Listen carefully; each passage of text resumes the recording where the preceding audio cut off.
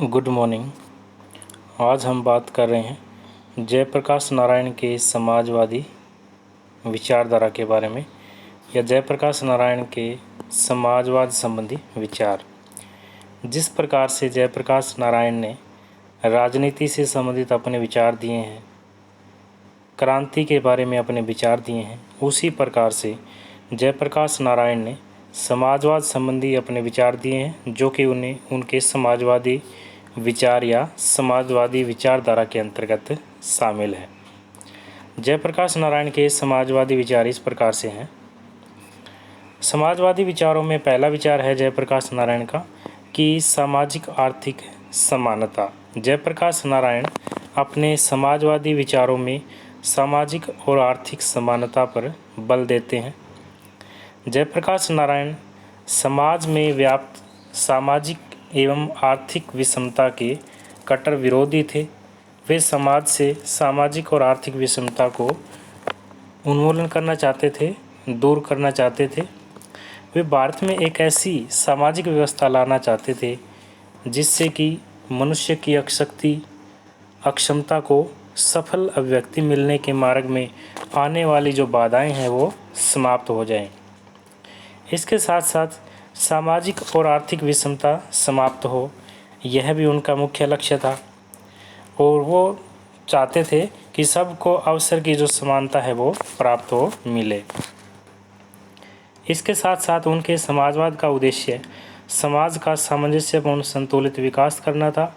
इसीलिए वे उत्पादन के साधनों पर समाज के नियंत्रण के पक्षधर थे और सामाजिक और आर्थिक समानता चाहते थे। तो जयप्रकाश नारायण ने अपने समाजवाद संबंधी विचारों में सामाजिक और आर्थिक समानता पर बल दिया है। इसके साथ साथ जयप्रकाश नारायण ने राष्ट्रीयकरण संबंधी अपने विचार भी समाजवादी विचारों में दिए हैं। राष्ट्रीयकरण में जयप्रकाश नारायण ने कहा कि सामाजिक आर्थिक न्याय और समाजवादी समाज की स्थापना उत्पादन के साधनों के समाजीकरण के द्वारा ही संभव होगी। सन 1934 में जयप्रकाश नारायण ने समाजीकरण पर बहुत ही जोर दिया। 1940 में उन्होंने रामगढ़ कांग्रेस में एक प्रस्ताव रखा जिसका उद्देश्य बड़ी उत्पादन इकाइयों पर सामूहिक स्वामित्व स्थापित करना था। उन्होंने यह भी कहा कि परिवहन, जहाजरानी तथा भारी एवं आधारभूत उद्योगों का राष्ट्रीयकरण किया जाना चाहिए। तो राष्ट्रीयकरण किए जाने के पक्ष में थे जयप्रकाश नारायण। जयप्रकाश नारायण ने अपने समाजवादी विचारों में राष्ट्रीयकरण पर भी बल दिया है। इसके साथ साथ जयप्रकाश नारायण ने भारतीय संस्कृति पर आधारित समाजवाद की स्थापना करना चाहते थे। अपने समाजवादी विचारों में भारतीय संस्कृति पर भी उन्होंने बल दिया है। जयप्रकाश नारायण का मार्क्सवाद से मोह भंग हो चुका था। अब वे द्वंद्वात्मक भौतिकवादी विश्वास नहीं करते थे। समाजवाद के प्रमुख तत्वों को अपनाते हुए वे भारतीय संस्कृति के प्रबल समर्थक थे। भारतीय संस्कृति का यह सिद्धांत कि मिल बांटकर खाना चाहिए उन्होंने अपना आदर्श बनाया। इस प्रकार से भारतीय संस्कृति पर आधारित समाजवाद लाना चाहते थे। यह भी उन्होंने अपने समाजवादी विचारों में शामिल किया है। इसके साथ साथ जयप्रकाश नारायण ने अपने समाजवादी विचारों में विकेंद्रीकृत एवं सहकारी व्यवस्था पर भी बल दिया है। जयप्रकाश नारायण विकेंद्रीकृत एवं सहकारी व्यवस्था स्थापित करना चाहते थे। मार्क्सवाद में सत्ता ऊपर से थोपी हुई होती है, वहाँ शक्ति चोटी से चलती है और फिर कम्यून या ग्राम इकाइयों में फैलती है। लेकिन जयप्रकाश नारायण इसका विरोध करते थे। जयप्रकाश नारायण इसके अगेंस्ट थे। उनका मानना था कि सत्ता और शक्ति छोटी इकाई से बड़ी इकाई की तरफ प्रसारित होनी चाहिए। वे राज्य शक्ति का पूर्ण विकेंद्रीकरण चाहते थे, जो कि साम्यवाद में असंभव है। वे चाहते थे कि गांव में स्वावलंबी एवं स्वायत्त शासी इकाइयाँ स्थापित की जाए। भूमि कानूनों में सुधार करके केवल जोतने वाले किसानों को ही भूमि कर का जो स्वामित्व है वो प्रदान किया जाए। इसी संदर्भ में जयप्रकाश नारायण ने सहकारी खेती का भी समर्थन किया। भूमि जोतने वाले लोगों का जो शोषण होता है वे उसके विरुद्ध थे। उनकी मान्यता थी कि खेतीहर मजदूरों का शोषण तब तक समाप्त नहीं हो सकता जब तक कि सहकारी खेती या सामूहिक कार्य योजना कार्यान्वित नहीं की जाएगी। सहकारी ऋण व्यवस्था तथा सहकारी हाट व्यवस्था के भी वे पक्षधर थे। इस प्रकार से विकेंद्रीकृत एवं सहकारी व्यवस्था के पक्ष में भी जयप्रकाश नारायण रहे हैं और विकेंद्रीकृत एवं सहकारी व्यवस्था को भी उन्होंने अपने समाजवादी विचारों में शामिल किया है।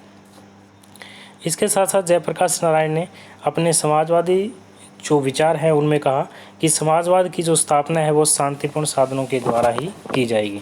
समाजवाद की स्थापना शांतिपूर्ण साधनों के माध्यम से की जाएगी। ये विचार भी उन्होंने अपने समाजवादी विचारों में शामिल किए हैं। जयप्रकाश नारायण समाजवाद की स्थापना शांतिपूर्ण साधनों के द्वारा करने के पक्षधर थे। जयप्रकाश नारायण के अनुसार मार्क्स द्वारा क्रांतिकारी समाजवाद का विचार देने के पश्चात लोकतंत्र ने काफ़ी शक्ति प्राप्त कर ली है, इसलिए समाजवाद की स्थापना लोकतांत्रिक साधनों के माध्यम से ही होनी चाहिए। जयप्रकाश नारायण के अनुसार वर्तमान समाजवादी राज्यों का आधार हिंसा व शक्ति प्रेम है। समाजवादी शासक हिंसक साधनों का प्रयोग करके जनता पर अत्याचार करते हैं। ऐसा समाज स्थायी न होकर अस्थायी रहता है और मौका मिलते ही जनता उन्हें हिंसक साधनों के द्वारा स्थापित समाजवादी व्यवस्था को उखाड़ फेंकेगी। परिणामस्वरूप समाजवाद की स्थापना के शांतिपूर्ण तरीकों में जयप्रकाश ने चुनाव को महत्व दिया ताकि लोग समाजवादी विचारधारा के पक्षधर लोगों को अपना प्रतिनिधित्व बनाकर भेजें और वह समाजवादी समाज की स्थापना कर सके। इसीलिए जयप्रकाश नारायण क्रांतिकारी समाजवाद के स्थान पर लोकतांत्रिक समाजवाद की स्थापना करने के इच्छुक थे। परिणामस्वरूप जयप्रकाश नारायण ने अपने समाजवाद की जो स्थापना करना चाहते हैं उनमें शांतिपूर्ण साधनों का प्रयोग चाहते हैं, शांतिपूर्ण साधनों के द्वारा समाजवाद की स्थापना करना चाहते हैं। इसके साथ साथ जयप्रकाश नारायण ने समाज का समन्वित विकास करना भी चाहते हैं कि समाज का जो है विकास है वो समन्वित विकास हो, पूर्ण विकास हो समाजवाद का। उनके समाजवाद का उद्देश्य समाज का समन्वित विकास करना है। समाजवाद के द्वारा व्यक्ति का न केवल राजनीतिक विकास ही किया जाएगा बल्कि आर्थिक तथा सामाजिक विकास पर भी बल दिया जाएगा। उनका मानना था कि व्यक्ति के सर्वपक्षीय विकास के लिए आवश्यक है कि प्रत्येक व्यक्ति के विकास के लिए आवश्यक साधन और अवसर उपलब्ध हों। उनके समाजवादी समाज में व्यक्तियों को उनके विकास के लिए सर्वांगीण अवसर प्रदान किए जाएंगे। राज्य इस प्रकार के प्रबंध करेगा कि उसके द्वारा समूचे समाज का कल्याण हो सके, न कि थोड़े से पूंजीपतियों का कल्याण हो। समाज का विकास भी बहुमुखी रूप में किया जाएगा। तो इस प्रकार से जयप्रकाश नारायण ने अपने समाजवादी विचारों में समाज का जो विकास है वो समन्वित विकास चाहा है। इसके साथ साथ जयप्रकाश नारायण कहते हैं कि उत्पादन के साधनों का भी समाजीकरण होना चाहिए। यह भी जयप्रकाश नारायण ने अपने विचार दिए हैं कि उत्पादन के साधनों का समाजीकरण होना चाहिए। जयप्रकाश नारायण के अनुसार समाजवाद का मुख्य आधार उत्पादन के साधनों का समाजीकरण है। इसके द्वारा धन के अनियमित वितरण और शोषण जनित बुराइयों को दूर किया जा सकता है। उनका मानना था कि आर्थिक शोषण को रोकने के लिए उत्पादन के साधनों का समाजीकरण किया जाना बहुत ही आवश्यक है, जरूरी है। व्यक्तिगत हितों के लिए प्रयोग किए जाने वाले साधनों से सामाजिक जीवन में अभाव का भाव पैदा होते हैं। उनका मत था कि जब उत्पादन के साधनों का व्यक्तिगत हितों के लिए प्रयोग किया जाने लगता है, उत्पादन के साधनों का प्रयोग समाज के लिए होगा, समाज का उन पर नियंत्रण होगा और वही उन्हें नियमित करेगा। तो इस प्रकार से उत्पादन के साधनों का समाजीकरण भी उन्होंने अपने समाजवादी विचारों में शामिल किया है। इसके साथ साथ सहकारी कृषि को प्रोत्साहन देते हैं। जयप्रकाश नारायण अपने समाजवादी विचारों में सहकारी कृषि को प्रोत्साहन देते हैं। यह कहा था कि जयप्रकाश नारायण ने भूतपूर्व सोवियत रूस व चीन में की जाने वाली सहकारी कृषि की भांति ही समाजवादी समाज में सहकारी कृषि को प्रोत्साहित किया। भूमि का स्वामित्व जोतने वालों के हाथ में हो और सहकारी कृषि को प्रोत्साहन दिया जाएगा। व्यक्तिगत कृषि के द्वारा आपसी द्वेष और ईर्ष्या को बढ़ावा मिलेगा। व्यक्तिगत कृषि पूंजीवाद को प्रोत्साहित करती है क्योंकि यह निजी स्वार्थ से अथवा निजी लाभ से संबंधित होती है। इसमें कृषि करने योग्य भूमि पर थोड़े से व्यक्तियों का नियंत्रण स्थापित होता है और वह खेतीहर मजदूरों का शोषण करते हैं, जिसके परिणामस्वरूप उपज का एक बड़ा भाग वे ले जाते हैं और खेतीहर मजदूरों को केवल उतना ही उपलब्ध होता है जिसके माध्यम से वह जीवित रह सकते हैं। ऐसी व्यवस्था असमानता को जन्म देती है। परिणामस्वरूप जयप्रकाश नारायण ने सहकारी कृषि को प्रोत्साहन दिया अपने समाजवादी विचारों में।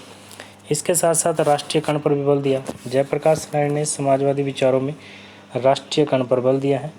जयप्रकाश नारायण ने अपने समाजवादी समाज की स्थापना के लिए बड़े बड़े उद्योगों के राष्ट्रीयकरण पर बल दिया।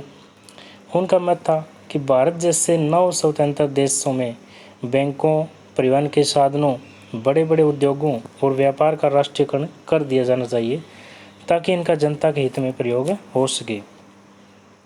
इस प्रकार से जयप्रकाश नारायण राष्ट्रीयकरण पर बल देते हैं, नेशनलिज्म पर भी बल देते हैं। इसके साथ साथ जयप्रकाश नारायण आर्थिक व सामाजिक पुनर्निर्माण पर बल देते हैं। अपने समाजवादी विचारों में आर्थिक व सामाजिक पुनर्निर्माण पर भी बल देते हैं जयप्रकाश नारायण। जयप्रकाश नारायण ने समाजवादी समाज की स्थापना के लिए आर्थिक व सामाजिक पुनर्निर्माण पर बल दिया। उसका मत था कि हमें आर्थिक एवं सामाजिक पुनर्निर्माण के उद्देश्य की पूर्ति के लिए समाजवादी शासन तंत्र लागू करना चाहिए। स्वतंत्रता की प्राप्ति से पूर्व यह जयप्रकाश नारायण ने भारतीय समाजवाद का उद्देश्य विदेशी शासन को उखाड़ फेंकने को निर्धारित किया, क्योंकि विदेशी शासन में समाजवादी समाज की स्थापना नहीं हो सकती थी। उनका मानना था कि हमारा अंतिम लक्ष्य देश में समाजवाद की स्थापना करना है। जयप्रकाश नारायण ने उन कार्यक्रमों को प्रोत्साहन दिया जिससे मजदूरों, किसानों, मध्यम वर्गों में राजनीतिक चेतना का विकास हो सके। इस प्रकार से जयप्रकाश नारायण आर्थिक व सामाजिक पुनर्निर्माण पर भी बल देते हैं। इसके साथ साथ जयप्रकाश नारायण विकेंद्रीकृत अर्थव्यवस्था का समर्थन करते हैं। डिसेंट्रलाइजेशन जो इकोनॉमी है उसका समर्थन करते हैं, उसको सपोर्ट करने का काम भी जयप्रकाश नारायण अपने समाजवादी विचारों में करते हैं। जयप्रकाश नारायण के अनुसार समाजवादी समाज की अर्थव्यवस्था विकेंद्रीकृत होनी चाहिए, डिसेंट्रलाइजेशन होनी चाहिए। बड़े पैमाने पर केंद्रित अर्थव्यवस्था के द्वारा एशियाई देशों में समाजवाद की स्थापना असंभव है। इसके लिए घरेलू उद्योगों एवं छोटे उद्योगों की स्थापना संपूर्ण देश में की जानी चाहिए। उत्पादन के साधनों और उद्योगों का स्वामित्व केवल केंद्रीय सरकार के हाथों में ही नहीं होना चाहिए, अपितु ग्रामीण, स्थानीय या स्वशासन की ओर शहरी स्थानीय स्वशासन की संस्थाओं के हाथों में भी होना चाहिए। इस तरह की व्यवस्था आर्थिक विकेंद्रीकरण के लिए आवश्यक है। परिणामस्वरूप जयप्रकाश नारायण ने अपने समाजवादी विचारों में विकेंद्रीकृत अर्थव्यवस्था का समर्थन किया। विकेंद्रीकृत अर्थव्यवस्था के समर्थन के साथ साथ जयप्रकाश नारायण ने पूंजीवाद का विरोध भी किया है। कैपिटलिज्म के ऑपोजिट है, अगेंस्ट है जयप्रकाश नारायण। जयप्रकाश नारायण ने पूंजीवादी व्यवस्था की कटु आलोचना की है। अपनी पढ़ाई के दौरान ही उन्होंने समाजवादी चिंतन का गहन अध्ययन किया था और उन्होंने महसूस किया कि पूंजीवादी जो लोग हैं वो श्रमिकों का बहुत ही ज़्यादा शोषण करते हैं।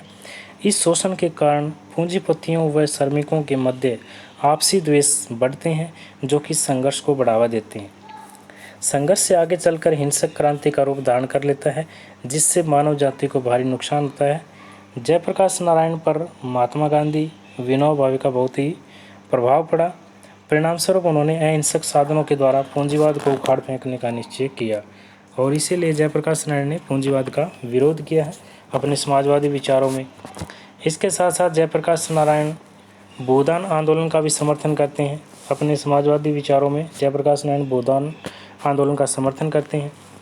जयप्रकाश नारायण ने समाजवाद की स्थापना के लिए भूदान आंदोलन का समर्थन किया।